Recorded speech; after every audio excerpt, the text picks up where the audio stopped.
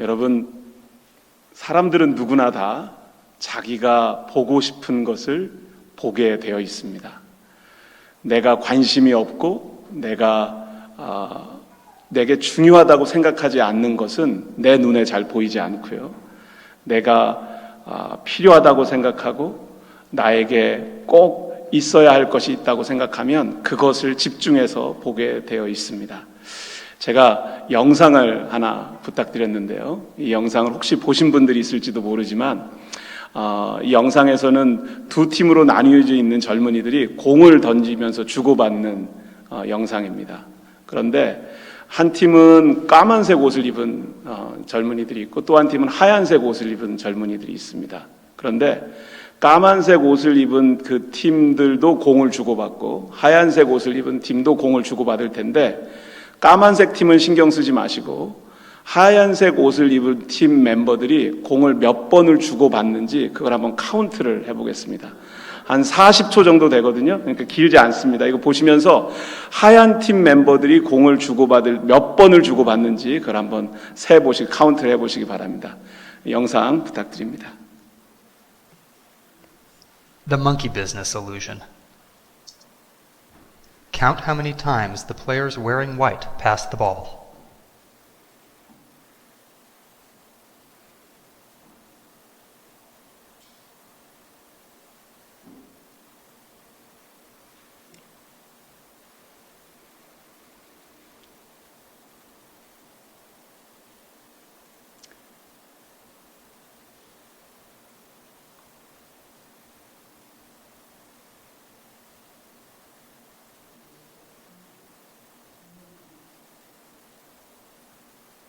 네, 이제 됐습니다. The correct 네. answer is 6. 이 답이 나오면 안 되죠, 아직. 제가 물어봐야 되는데. 영상에는 이제 답이 나옵니다. 이게 실험이었기 때문에. 자, 몇 번 주고받았는지 세 보셨어요? 15번이요? 16번이요? 아, 네. 11번? 이거 내려가면 안 돼. 16번이 정답입니다, 여러분. 네, 16번. 그런데 혹시 여러분 그 세는 중간에 고릴라가 하나 지나가는 걸 보신 분 계십니까? 보신 분도 계신 것 같기도 하고요. 못 보신 분들도 계신 것 같기도 하고. 그렇죠? 네. 네. 사실은요, 고릴라 복장을 한 젊은이가 중간 영상에 나와서 한 가운데서 약 8초 정도 머물러 있습니다. 네, 그런데 아마 혹시 못 보셨다면 이 몽키 비즈니스 일루전이라고 하는 이 유튜브에 들어가면 쉽게 찾아보실 수 있으니까 다시 한번 찾아서 보시기 바랍니다. 그런데 여러분, 이 영상은 처음에 실험했을 때보다 다시 이제 한 거여서 많은 사람들이 이 몽키 비즈니스 일루전에 대해서 이야기를 들었거든요. 그래서 사실은 오늘 실험한 이 영상에서는 뒤에 커튼의 색깔이 한번 바뀝니다. 맨 처음에는 레드였다가 골드로 바뀝니다. 예. 근데 여러분 혹시 그거 노티스 하신 분 계세요? 예, 몽키를 고릴라를 보신 분은 계실 텐데 아마 그 뒤에 배경인 커튼이 바뀐 거를 보신 분은 거의 안 계실 겁니다. 예. 여러분, 이런 현상에 대해서 이 심리학자들은 뭐라고 그러냐면 inattentional blindness라고 부른대요. 근데 이게 무주의 맹시, 한국말로 번역한 게 더 어려운 것 같아요. 그러니까 어텐션을 하지 못해, 주의하지 못할 때 나타나는 시각 장애 현상인 거죠. 그러니까 내가 관심을 가지고 있는 것만 내 눈에 보이는 거예요.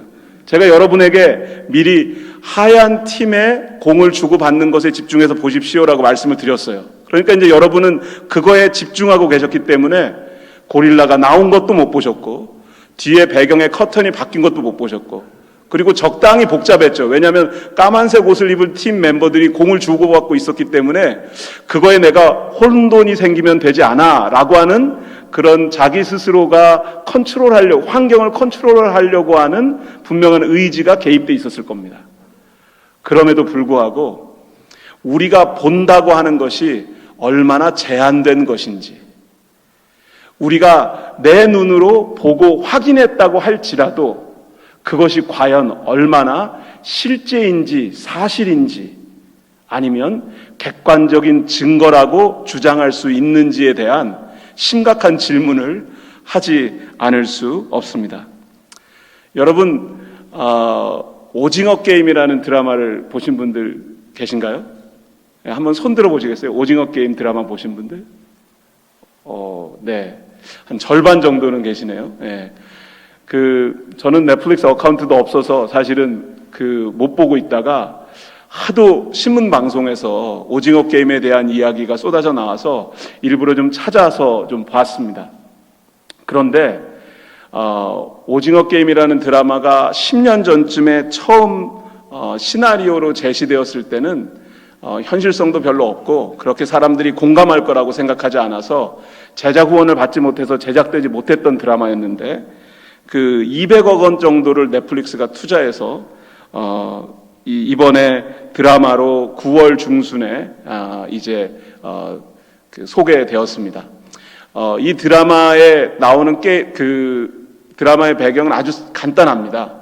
456명의 게임에 참가하는 사람들이요, 1인당 한 사람에게 10,000불의 상금을 기준으로 해서 450명 중에서 맨 마지막에 남는 한 사람이 456억 원의 상금을 다 갖는 겁니다.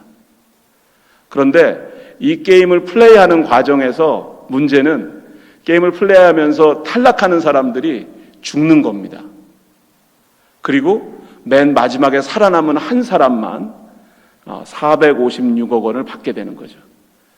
그런데 여러분, 이 드라마가요, 정말 공전의 데이트가 돼서 아마 역사상 가장 많은 사람들이 보는 드라마가 될 거라고 추측하고 있는데요. 왜냐하면 넷플릭스라고 하는 채널을 통해서 전 세계에 공급되고 있는데 83개국에서 넷플릭스가 매주 주간 1등 프로그램을 뽑습니다. 본인 회사에서 공급하는 프로그램 중에서. 그런데 이 프로그램 중에서 이 넷플릭스의 프로그램 중에서 무려 83개국 통계를 하고 있는, 지난주에 뉴스가 처음 보도됐을 때는 81개국에서 1위라고 했었거든요. 그런데 일주일 지나는 동안에 나머지 2나라도 동참해가지고 넷플릭스라고 하는 채널을 가지고 있는 모든 나라의 시청률 통계를 잡는 데서 시청률 1위를 지금 차지하고 있다고 합니다. 아마존에 들어가시면은요, 오징어 게임과 관련된 상품들이 판매되고 있어요. 오징어하고 달고나하고 그 세트로, 그 다음에 오징어 게임에 입는 참가자들이 드라마에 나오는 사람들이 입었던 옷도 판매하고요. 정말 많은 사람들이 이 드라마에 지금 열광하고 있습니다. 그런데 이 드라마에 대한 기사를 제가 읽으면서 한 가지 발견한 것은요, 많은 사람들이 K-팝, K-푸드, 그 다음에 이제 K-드라마가 정말 전 세계적인 트렌드를 셋업했다. 이제는 전 세계적인 이 문화를 이끌어 나가는 나라가 되었다. 전 세계적으로 영향력 있는 나라가 되었다. 한국이. 이제 그런 기사를 제가 읽으면서 참 씁쓸했습니다. 왜냐하면 그것이 분명히 팩트고 사실입니다. 오징어 게임이 그렇다고 하는 것이. 그런데 저는 그 드라마 장면 중에 첫 번째 무궁화꽃이 피었습니다라는 게임을 하면서 456명의 참가자 중에 200명 이상이 총을 맞아서 죽는 장면이 있습니다. 그런데 게임의 참가자들이 가지고 있는 규칙 중에 하나가, 게임 참가자의 절반 이상이 게임을 더 이상 플레이하지 않겠다고 중단 선언을 하고 그걸 투표로 결정하면 게임을 중지할 수 있는 거예요. 그래서 첫 번째 게임이 끝나고 나서 사람들이 선택합니다. 나는 더 이상, 아무리 내가 돈이 좋아도 사람들이 이렇게 총 맞아 죽어나가는 게임을 플레이할 수 없어 라고 의견을 투표한 사람들이 한 사람이 더 많아서 그 게임을 중단하고 게임을 플레이하던 사람들이 자기 삶의 자리로 돌아갑니다. 그런데 문제는 그 돌아간 삶의 현장이 너무나 힘들고 어려워서 결국은 다시 게임을 플레이하고 싶은 사람들, 그런데 원래 돌아갔던 그 사람들이 거의 다 돌아와서 두 번째 게임을 시작한다는 것입니다. 제가 오징어 게임에서 착시 현상을 가지면 안 되겠다라고 느꼈던 부분은요, 그런 지옥과 같은 삶의 현실을 살고 있다고 하는 드라마가 전 세계적으로 공감대를 얻고 있다는 사실입니다. 한국의 드라마가 전 세계 많은 사람들에게 공감대를 얻는 것이 배가 아파서가 아니고요. 그것이 문제가 있다고 생각해서는 아닌데요. 그런데 실제로 전 세계 많은 사람들이 왜 오징어 게임을 보면서 나도 차라리 저 게임을 플레이해 보았으면 이라고 생각하지는 않을까? 혹시 한 사람의 생명값이 1억 원, 10만 불 정도 되는데 그 사람이 죽더라도 나는 그 돈이 필요하다라고 생각하는 그런 극한 상황에 처해 있는 것이 우리의 현실은 아닌지, 빈익빈 부익부의 현상이 이제는 점점 더 심각해져서 이렇게 말도 안 되는 게임을 플레이하는 것 이외에는 다른 방법이 없다고 생각하는 것이 우리가 살고 있는 이 시대의 모습은 아닌지 스스로 고민하면서 이 드라마를 다시 한번 생각해 볼 수밖에 없었습니다. 여러분, 오징어 게임을 한번 보시기 바랍니다. 폭력적이어서요, 자녀들이나 어린 손주들하고 같이 보시면 안 되고요. 어른들만 보셔야 되는데, 보시면서 여러분 눈에는 과연 무엇이 보이는지, 혹시 그 중에 내가 보지 못하고 지나가고 있는 것은 무엇인지, 그리고 하나님 나라를 기준으로 그 드라마를 본다면 과연 혹시 나는 어떻게 보아야 할지 한 번쯤 우리 스스로를 점검해 보았으면 합니다. 오늘 제가 여러분과 함께 나눈 누가복음 5장 말씀은 너무나 잘 아는 말씀이죠, 여러분. 누가복음 5장 말씀은 다른 공관복음서에도 등장하는 예수님의 첫 번째 제자 부르심의 사건을 기록하고 있는 이야기입니다. 그렇기 때문에 너무나 잘 알고 있습니다. 그런데 다른 복음서보다 누가복음 5장이 좀 더 자세하게 그 과정을 설명하고 있는데, 여러분은 누가복음 5장 말씀을 오늘 아침에 다시 읽으면서 무엇을 기억하고 계십니까? 누가복음 5장 말씀 중에서 여러분이 보신 것, 여러분이 들으신 것, 여러분이 기억하고 계신 이야기는 어떤 부분입니까? 여러분 1절에 보면은요, 이제 본문 보면서 우리 가죠. 1절 한 말씀 함께 읽겠습니다. 시작. 무리가 몰려와서 하나님의 말씀을 들을새 예수는 게네사렛 호숫가에 서서, 1절 말씀에 보면 무리가 몰려왔다고 되어 있습니다. 그러니까 예수님의 공생의 사역이 시작되고 나서 아마 얼마 되지 않았겠지만, 왜냐하면 첫 번째 제자를 부르신 사건이니까요, 많은 사람들이 예수님의 이야기, 예수님에 대한 소문을 듣고 예수님을 만나라고 왔던 것 같아요. 그렇죠? 그런데 이 사람들이 왜 왔을까요? 예수님을 만나러. 왜 왔을 것 같아요, 여러분? 이렇게 제가 좀 물어보면 어떨까요? 여러분 오늘 왜 오셨습니까? 예배 드리러 오셨죠? 네.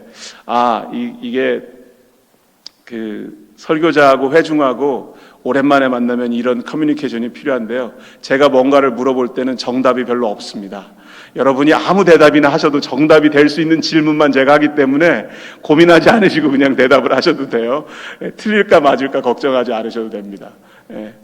오늘 예배를 드리러 저희들이 이곳에 모였습니다. 그때 무리들이 함께 모였는데요. 무리들이 몰려왔는데 그들은 말씀을 들으려고 모인 것 같습니다.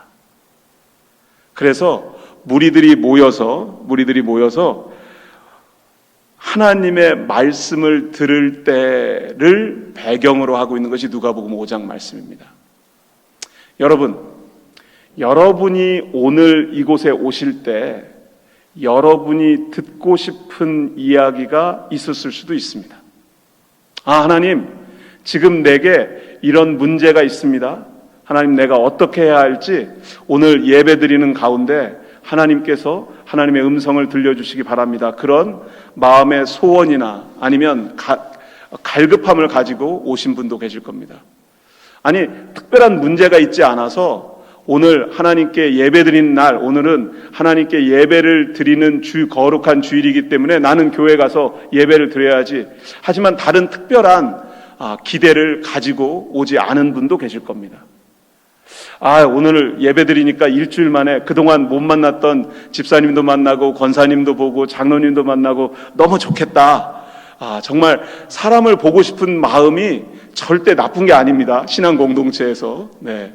사람을 보려고 교회에 모이는 것은 우리가 아니죠.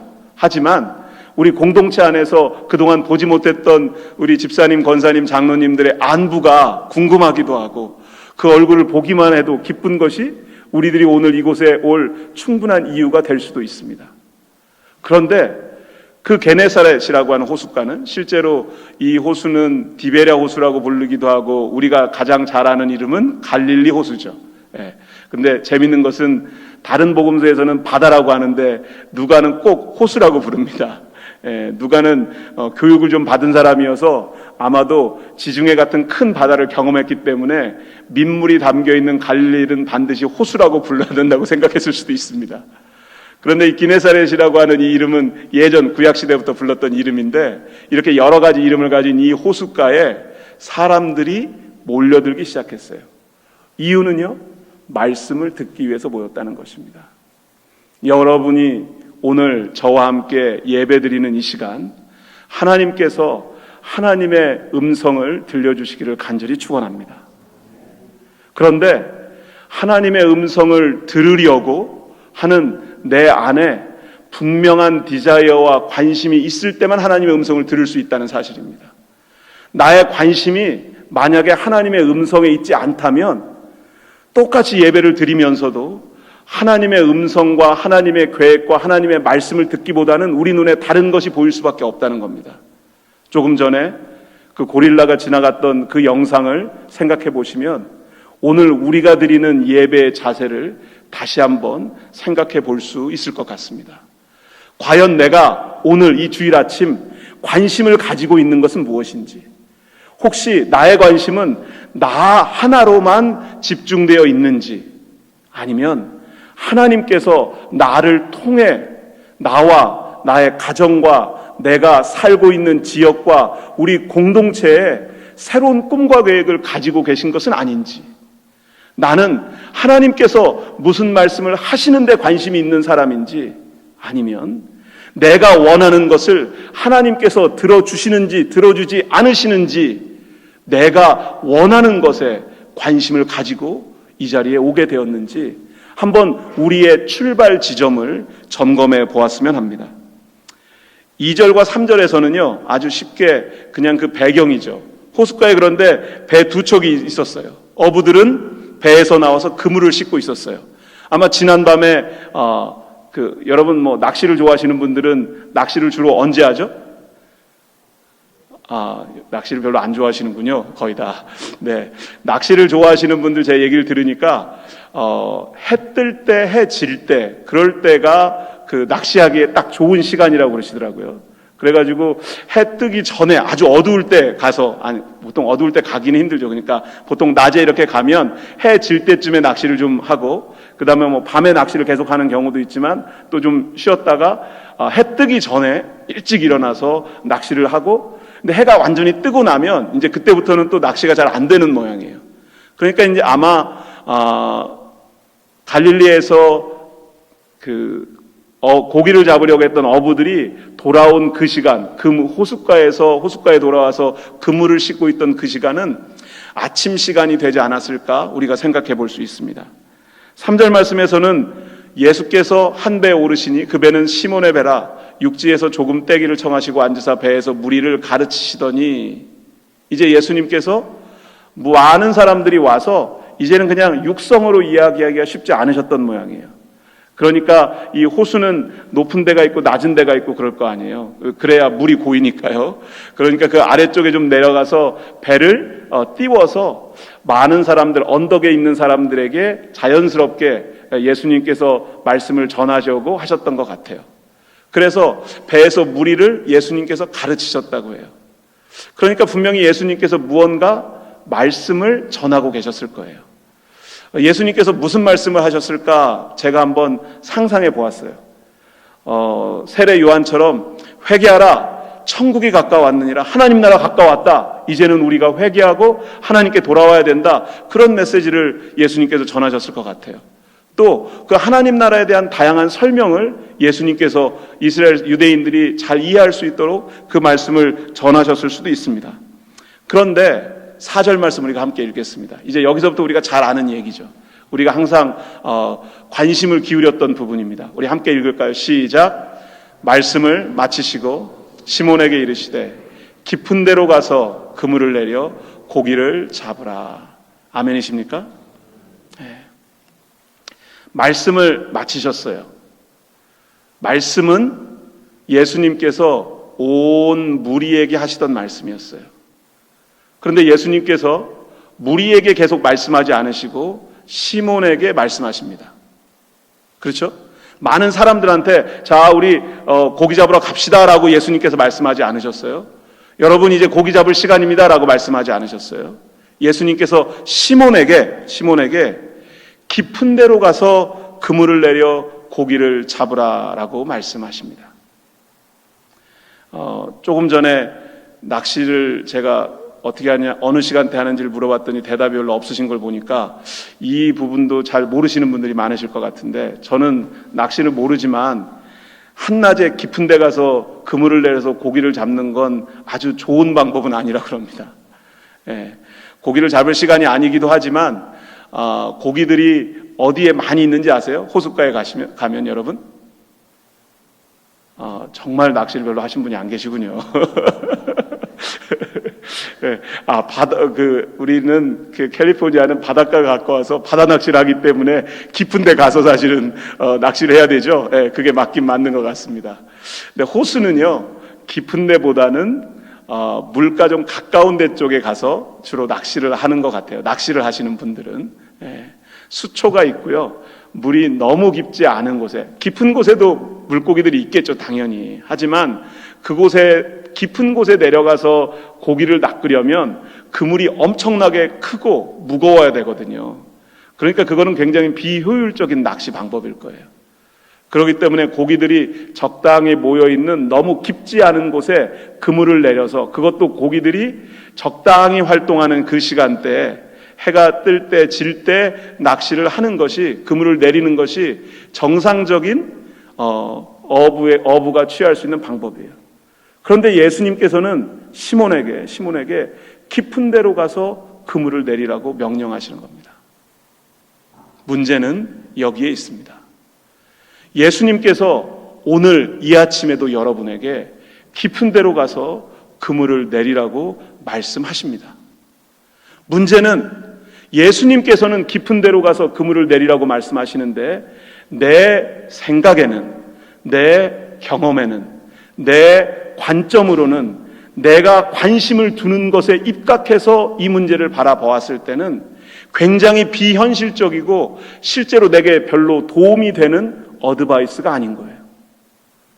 아니, 주님, 제가 갈릴리에서 최소한 베드로의 나이가 예수님과 비슷한 연배라고 생각하면 10대 중반이 되기 전에 어부 일을 시작했을 테니까 15년, 20년 가까이 갈릴리에서 어부 일을 했던 사람이에요.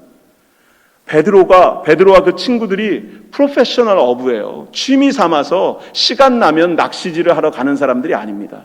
그렇기 때문에 아침이 되면 지난 밤에 열심히 일한 다음에 그물을 씻어서 깨끗하게 준비해 놨다가 다음날 다시 그 그물을 내려야 된다고 생각하는 사람들이에요.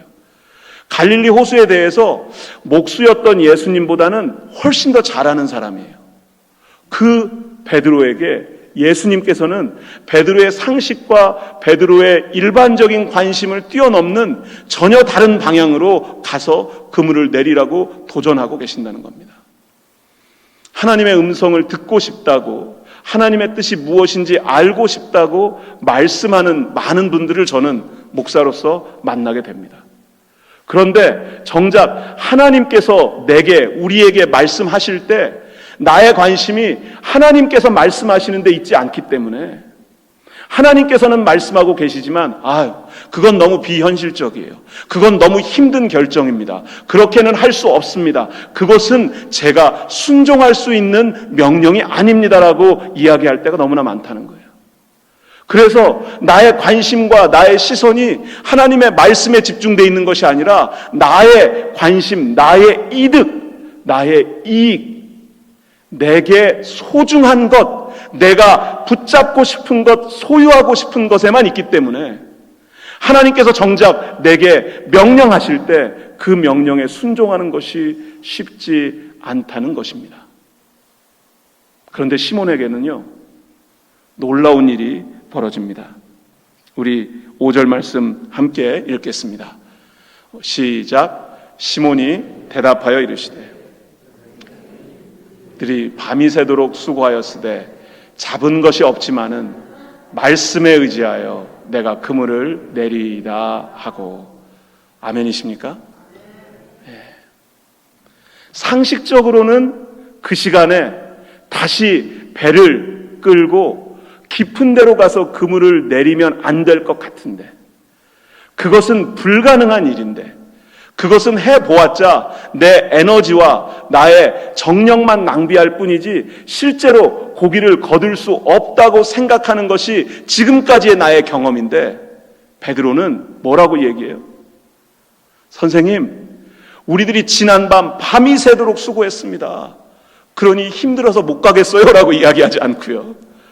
선생님, 지난밤에 저희들이 정말 밤새도록 일을 했는데 고기를 못 잡았습니다. 하지만, 이게 한국말로는 없지만은 이렇게 돼 있는데요. 영어 성경으로 번역할 때는 but이라고 딱 쓰여 있죠. but. 저는 이 but이 등장할 때마다 너무 기분이 좋아요. 왜냐하면 우리가 생각하는 일반적이고 합리적인 생각을 쭉 설명한 다음에 그럼에도 불구하고 저와 여러분이 믿는 하나님은 그럼에도 불구하고를 가능케 하시는 분임을 믿으시기 바랍니다. 만약에 우리의 인생이 합리적이고 그리고 내가 수고하고 노력하는 만큼만 거둘 수 있다고 생각하면서 신앙생활을 하고 있다면 여러분이 믿는 하나님을 저는 그렇게 믿고 싶지가 않아요. 아니, 제가 일확천금을 바라기 때문에 하나님을 믿는다는 그런 뜻으로 말씀드리는 게 아닙니다. 세상 사람들이 가지고 있는 기준과 세상 사람들이 관심을 가지고 있는 것, 세상 사람들이라면 이렇게 해야 되는 것, 그런 기준으로 살아야 된다고 말씀하시는 분이 내가 믿는 하나님이라면 저는 다른 분들에게 이런 좋으신 하나님을 믿어야 됩니다, 이 하나님을 우리는 따라야 합니다, 하나님의 말씀에 귀 기울여야 합니다 라고 주장할 자신이 없습니다. 그런데 제가 믿는 하나님은 그러나의 하나님이십니다. 지난밤에 밤이 새도록 수고하고 땀 흘리고 내가 실패했던 그곳에 주님께서 가라 하시면 내가 가겠습니다 라고 고백할 수 있는 이 베드로의 믿음은 그러나의 하나님을 믿는 믿음이었습니다. 하나님, 세상 사람들은 다 안 된다고 이야기합니다. 하나님, 나의 경험으로는, 나의 생각으로는, 내 관점으로는, 내 관심에는 이 일들이 불가능하다고밖에 보여지지 않습니다. 그러나 어떻게 해요? 말씀에 의지하여. 우리는 그러나에 관심을 가질 때가 많은데요. 저도 그랬습니다. 그러나 얼마나 멋있어요. 안 되던 거 다 바꾸는 새로운 역사가 시작되는 단어가 그러나니까. 그런데 그러나 그 출발 지점이 어디인지 다시 한번 확인해야 된다는 겁니다. 어디서 출발해야 돼요? 말씀 좀 다시 한번 띄워주세요. 네. 5절 말씀. 아니요. 자. 말씀에 의지하여. 오늘 제가 여러분과 함께 5장 1절부터 11절까지 말씀을 다시 쭉 읽어 내려가면서 내가 관심을 가졌던 말씀과 하나님께서 여러분에게 주시는 말씀의 차이를 한번 내 눈으로 확인할 수 있는 기회가 되었으면 합니다. 저는요, 이 말씀을 읽는데 말씀에 의지하여 라고 하는 이 구절 앞에서 제 심장이 멎는 것 같았어요. 왜냐하면 깊은 데로 가야 하는데 저도 그 깊은 데로 가고 싶지 않은 거예요. 지난 밤에 열심히 수고하고 땀 흘린 그곳, 내가 실패했던 그곳에 다시 가고 싶은 사람은 없습니다. 목회자들도 그렇습니다. 열심히 수고하고 땀 흘리는 일들이 있습니다. 제자 훈련도 하고 성경 공부도 하고 그리고 리더들과 함께 모여서 리더십에 대한 토론도 하고 교회의 비전 스테이트먼트도 생각해 보고 교회가 나갈 방향에 대해서도 생각해 보고 그것을 위해서 기도하고 말씀을 가지고 씨름하고, 그런데 정작 제가 살고 있는 삶의 현실은 실패했던 그곳, 정말 이제는 교회가 저희 60대 선배, 저는 아직 50대인데 60대 선배 목사님들이 그런 말씀하세요. 그래도 우리는 교회가 의미 있었을 때, 그래도 교회가 커뮤니티의 중심이던 시절에 이민교회를 섬겼는데 이제 우리 후배 목사님들은 어떻게 교회를 섬겨야 될지 내가 걱정이 된다, 그런 말씀하시는 목사님들이 계세요. 이제 교회가 우리의 삶의 중심이, 우선순위가, 관심이 이던 시절에서 그렇지 않은 시대로 바뀌어 가고 있다는 겁니다. 그런데 그곳으로 다시 돌아가서 그물을 내려야 한다고 하는 주님의 말씀에 저도 다시 한번 제 가슴을 쓸어내리게 됩니다. 어떻게 그렇게 할 수 있었을까? 베드로는 어떻게 저런 믿음을 가질 수 있었을까? 베드로니까 가능하지, 나는 안 될 것 같아. 저는 그렇게 생각 안 합니다. 베드로가 어떤 사람입니까? 저처럼 성질머리가 더럽고 급한 사람입니다. 제가 꼭 이 얘기할 때는 성질머리라고 합니다. 승질이라고 안 하고. 승질을 부릴 때는 안 되고요. 성질머리가 나올 때는 다스리면 되니까요. 그런데 베드로는요, 성격이 너무 급해서요, 항상 예수님께서 뭐라고 말씀하시면 그보다 먼저 나가던 사람이었습니다. 신앙의 고백만 그랬던 것이 아니라 예수님을 붙잡으러 온 사람에게 칼을 뽑아서, 그렇죠? 칼로 예수님을 붙잡아가지 못하도록 하던 사람이었고요.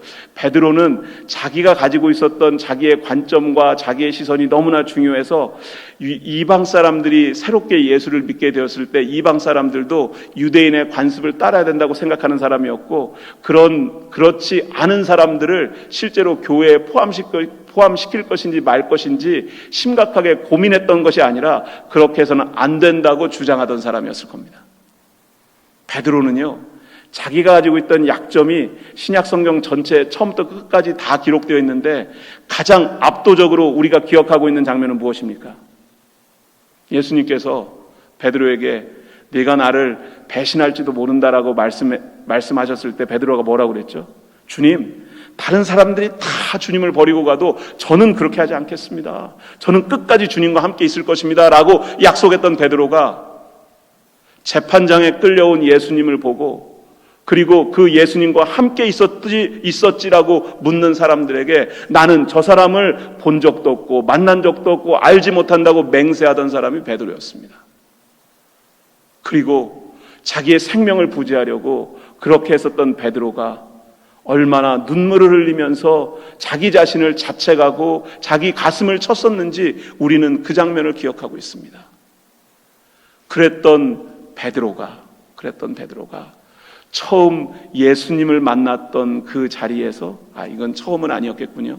장모님 병을 고쳐준 장면도 있고, 그러니까 아마 두세 번 정도 예수님을 만나고 나서 예수님의 말씀에 귀 기울이고 나서 예수님께서 명령하신 그 말씀에 이제는 나의 생각과 관심 대신 예수님께서 원하시는, 예수님께서 명령하신, 예수님께서 계획하신 일에 순종하겠다는 결심을 하게 된 것입니다. 그래서 말씀에 의지하여 그물을 내리겠다고 베드로가 결심합니다. 오늘 이 아침 여러분에게 주님께서 도전하시는 깊은 곳은 어디입니까? 여러분이 실패하셨던 곳, 여러분이 돌아가기를 원하지 않는 곳, 여러분이 지난밤 수고하였지만 아무것도 거두지 못한 곳, 그곳에 오늘 주님께서 다시 돌아가야 한다고 명령하신다면 여러분은 어떻게 그 말씀에 순종하시겠습니까? 저도요, 말씀에 의지하여 그물을 내리겠다고 하는 이 베드로의 결심을 다시 한번 제 가슴에 새깁니다. 오늘 아침 제가 저와 여러분에게 다시 한번 말씀에 의지해서 우리들이 하나님께서 부르신 그곳으로 나아가자고 초대하기를 원합니다. 말씀에 의지하여 앞으로 나아갈 때 이런 일들이 벌어집니다. 여러분, 혹시 현대의학계에 마취라고 하는 이 기술이, 마취술 기술이라고 하긴 좀 그렇고요. 마취술이 처음 등장했을 때가 언제쯤인 것 같으세요, 여러분? 지금은 우리 크고 작은 수술할 때마다 마취제를 먹고, 그 큰 병원에서는 당연히 그 수술을 할 때 반드시 그 마취 전문의와 그 다음에 수술을 집도할 외과 전문의가 함께 들어가잖아요. 그런데 그리고 또 혹시 수술이나 그런 거 받으신 분들 검사 받으실 때 여러분 전체 그 마취해야 되는 경우에는 와서 이렇게 설명해 주잖아요. 그 마취제를 처음 도입했던 사람의 이름이 제임스 Y. 심슨이라는 스코틀랜드 출신의 영국 산부인과 의사입니다. 그런데 이 의사가 이 닥터 심슨이 크리스찬이었는데 성경을 읽다가 창세기 2장 21절 말씀을 읽다가 본인이 마취제를 발견해야 되겠다고, 찾아봐야 되겠다고 결심을 했다는 거예요. 여러분, 창세기 2장에 어떤 얘기가 나오는지 기억하세요? 창세기 2장 중간쯤에 내려가면 2장 21절이니까요. 예. 여호와 하나님이 아담을 깊이 잠들게 하시니 잠들매 그가 그 갈빗대 하나를 취하고 살로 대신 채우시고. 여호와 하나님이 아담을 깊이 잠들게 하시니 잠들매. 창세기 2장 21절 이 구절을 읽고요, 닥터 심슨이 하나님께서 아담을 깊이 잠들게 하셨을 때 어떻게 잠들게 하셨을까? 하나님께서 그 갈빗대를 뽑아냈다면 엄청난 통증이 있었을 텐데 그 통증을 느끼지 못할 만큼 사람을 잠들게 했다가 그를 다시 깨어나게 할 수도 있었겠구나. 그래서 2장 21절 다음에 22절, 23절이 이렇게 됩니다. 여호와 하나님이 아담에게서 취하신 그 갈빗대로 여자를 만드시고 그를 아담에게로 이끌어 오시니 아담이 이르되 이는 내 뼈 중에 뼈요 살 중에 살이라. 이것을 남자에게서 취하신즉 여자라 부르리라 하니라. 혹시 부부가 같이 계시면은 그 우리 남편 되시는 분들, 아내 되는 분에게 말씀해 주세요. 당신은 내 뼈 중에 뼈요 살 중에 살입니다. 이렇게 말씀해 주세요. 혹시 안 계신 분들은 여러분은 여러분 파트너의 뼈 중에 뼈고 살 중에 살입니다. 그런데 그 엄청난 아픔을 아담이 느꼈을까요? 못 느꼈을까요? 성경 말씀 어디에도 그런 분위기가 있지 않은 거예요. 닥터 심슨이 그러면서 착안해낸 거예요. 무언가 깊이 잠들게 하는 무언가가 있을 거야. 그것을 찾아내면 내가 분명히 많은 통증을 겪고 있는 사람들, 특히 아이를 출산하는 과정에서 엄청난 통증을 경험하는 산모들에게, 그리고 수술을 경험해야 되는 사람들을 살릴 수 있는 그 길이 있을 거야 라고 믿었다는 거예요. 그리고 클로로포름이라고 하는 그 화학약품이 개발된 지 얼마 안 됐는데 어느 누구도 사용하지 않고 있을 때였는데 향도 있고 그 클로로포름을 맡으면 기분이 좋아졌다는 거예요.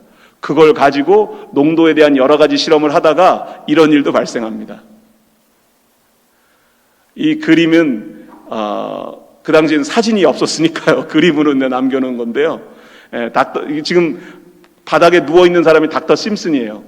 클로로포름이라는 걸로 자기를 가지고 직접 임상시험을 하다가 완전히 마취에 들어가서 그 누워있는 모습을 그림으로 그려놓은 겁니다. 그런데 후에 닥터 심슨이 의대 교수로 후학들을 가르치다가 마지막 학기 정도가 되었을 때 어느 학생이 닥터 심슨에게 물어봅니다. 박사님, 당신이 지금까지 한 일 중에 가장 중요한 일이 무엇이라고 생각하십니까? 라고 질문을 해요. 그런데 참 신기한 거는요, 그렇게 질문하는 닥터 심슨, 그렇게 질문한 학생은 이미 그 답을 가지고 있었을지도 몰라요. 왜냐하면 이제는 그 닥터 심슨이 나이가 들어서 의대에서 가르칠 때는 이미 클로로폼으로 마취제가 많은 의료계에서 널리 받아들여져서 많은 외과 수술하는데 실제로 마취제로 사용되고 있었을 때라고 하거든요. 그리고 그런 엄청난 의료계의 진전을 이뤄낸 닥터 심슨에 대한 소문을 듣고 많은 의대생들이 그의 수업을 들으려고 왔을 정도였으니까요. 그런데 닥터 심슨이 이렇게 고백합니다.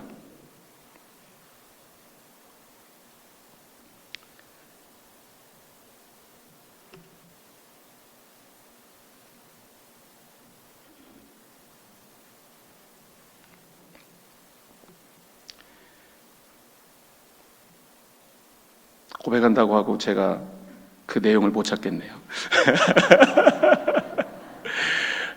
제가 그분이 쓰신 글 그대로를 읽으려고 했는데 닥터 심슨의 대답은 이거였습니다. 내 인생에 내가 가장 중요하게 발견한 것, 내게 가장 중요한 영향력을 끼친 것은 내가 죄인이라는 사실을 발견하고 나를 위해 예수 그리스도가 십자가의 죽으심으로 구원받았다는 사실입니다. 라고 고백했다는 거예요.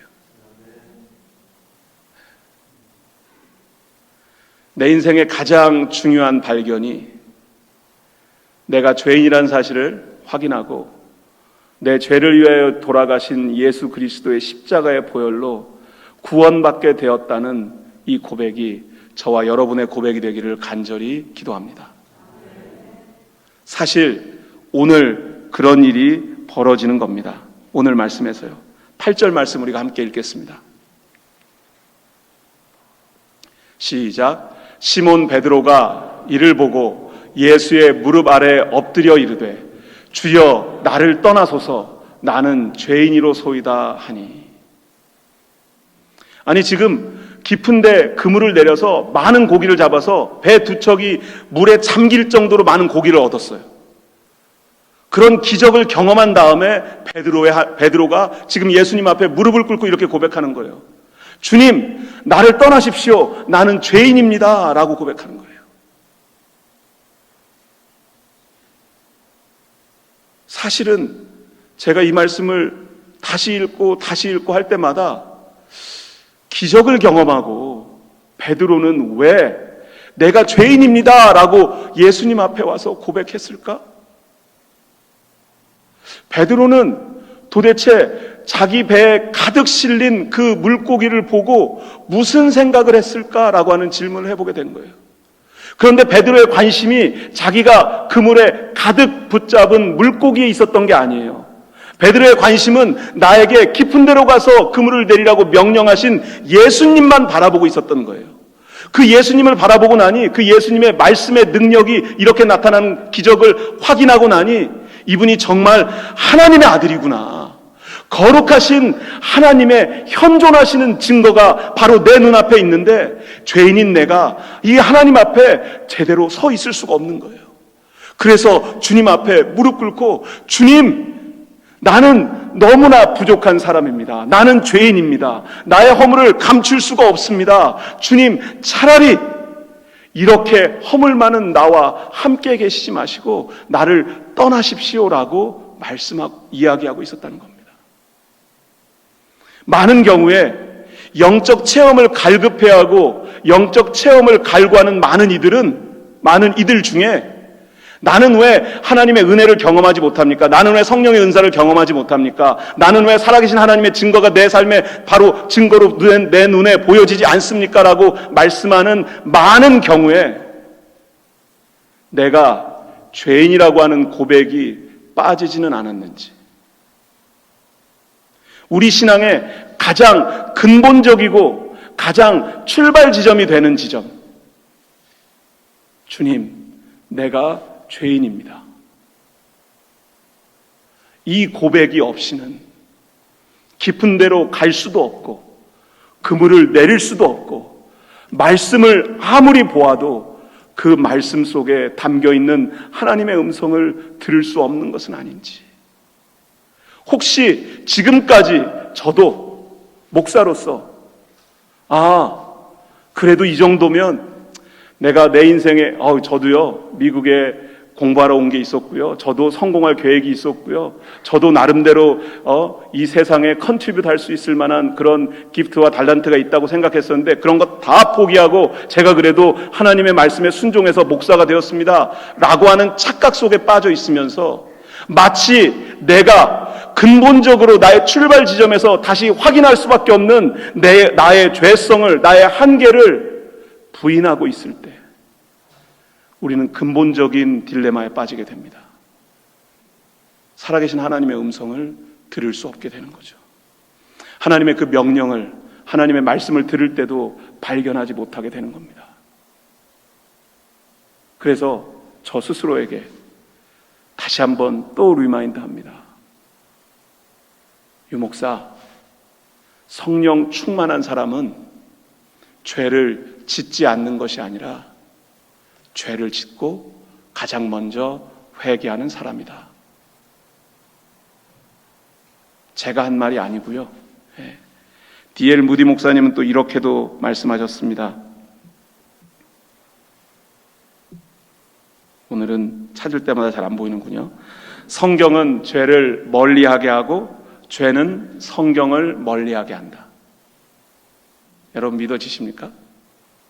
성경은 죄를 멀리하게 하고 죄는 성경을 멀리하게 만든다. 그래서 다윗은 자신의 죄를 너무나 잘 알았기 때문에 시편 119편 11절에서 이렇게 고백했을 겁니다. 내가 주께 범죄하지 아니하려 하여 주의 말씀을 내 마음에 두었나이다. 주님의 말씀을 우리 마음에 새기는 오늘이 되기를 간절히 소원합니다. 이제 11절 말씀 맨 마지막 말씀 보겠습니다. 10절 말씀 하반절 말씀 보겠습니다. 10절 말씀 하반절 말씀은요, 우리 함께 읽습니다. 시작. 예수께서 시몬에게 이르시되 무서워하지 말라. 이제 후로는 내가 사람을 취하리라 하시니. 아멘이십니까? 네. 어부와 사람을 낚는 어부의 차이는 근본적인 출발 지점이 다릅니다. 어부는 고기를 잡아서 죽여서 나의 이득을 취하기 위해서 고기를 잡습니다. 사람을 낚는 어부는요, 사기꾼이 아닌 이상 나의 이익을 구하기 위해서 사람을 낚으려고 해서는 안 됩니다. 사람을 낚는 어부는 그 고기를, 그 사람을 죽여서 나의 이익을 챙기려고 하는 것이 아니라 그 사람을 예수 그리스도의 십자가의 보혈로 다시 살리시는 그 은혜를 나누기 위해서 사람을 취하는 이 명령의 말씀에 순종하는 것입니다. 사람을 낚는, 사람을 취하는 어부가 되기를 간절히 바랍니다. 그리고 나서 11절 말씀입니다. 11절 말씀 우리 함께 읽습니다. 시작.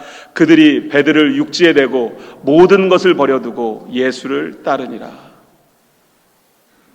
아멘이 안 나오시죠? 네. 정상입니다. 여러분이 전혀 문제가 있는 게 아닙니다. 11절 말씀을 읽고 바로 아멘이 나오면 여러분의 정신 상태를 다시 한번 확인해 봐야 됩니다. 보세요. 그들이 배들을 육지에 대고 이 배들에 물고기가 가득한 상태예요. 거기에 그물이 있어요. 자기의 생업이 있어요. 그 배까지 포함해서 모든 것을 버려두고 예수를 따르니라. 이 구절을 읽고 난 정말 익사이딩합니다. 하나님.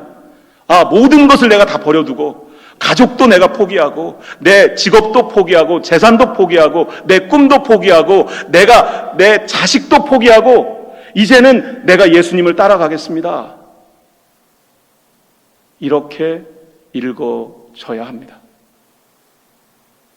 그래서 이 말씀을 읽을 때마다 저는 제 가슴을 다시 붙잡습니다.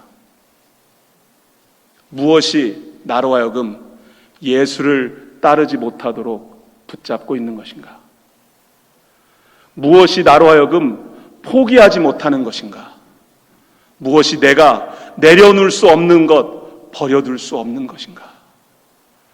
도대체 20년 넘게 풀타임으로 목회를 했음에도 불구하고 무엇이 나로 하여금 온전히 예수님만 바라보고 예수님만 따라가는 것을 막고 있는 것이 있는지, 이 심각한 질문 앞에서 저는 다시 한번 고백합니다. 주님, 주님의 말씀만 의지하겠습니다. 주님의 말씀이 비합리적이고 주님의 말씀이 나의 생각과 관심을 뛰어넘는, 내가 도저히 받아들일 수, 순종할 수 없는 말씀이라 할지라도 주님 말씀하시면 그 말씀을 의지하기를 원합니다. 주님 말씀하시면 주님의 그 말씀에 순종하기를 원합니다. 주님 말씀하시면 주님의 눈으로 주님께서 내게 맡긴 사람들을 바라보기를 원합니다. 주님 말씀하시면 주님 따라와야 된다고, 내가 버려두고 내려두고 나를 따라야 한다고 명령하신다면 오늘 이 아침 저와 여러분은 어떻게 답해야 하겠습니까? 여러분, 무엇이 보이십니까? 여러분이 보고 계신 것이 예수 그리스도의 말씀이십니까? 아니면 내가 바라고 원하는, 내 손에 붙잡고 싶은 그것입니까? 오늘 이 아침 주님의 말씀에 의지하여 깊은 데에 가서 그물을 내리는 우리가 되기를 간절히 기도합니다. 기도하겠습니다. 주님, 말씀을 의지하여 깊은 곳, 실패했던 그곳으로 가기를 결심합니다. 나의 힘으로, 나의 능력으로, 나의 결심으로 감당할 수 없는 일인 것 너무나 잘 알고 있사오니 주님의 말씀만 의지하게 하여 주옵소서. 그래서 그 깊은 데로 가서 주님께서 우리에게 맡기신 그 생명들을 다시 살려낼 수 있는 그 놀라운 부르심에 응답하는 우리가 되게 하여 주옵소서. 예수 그리스도의 이름으로 기도드립니다. 아멘.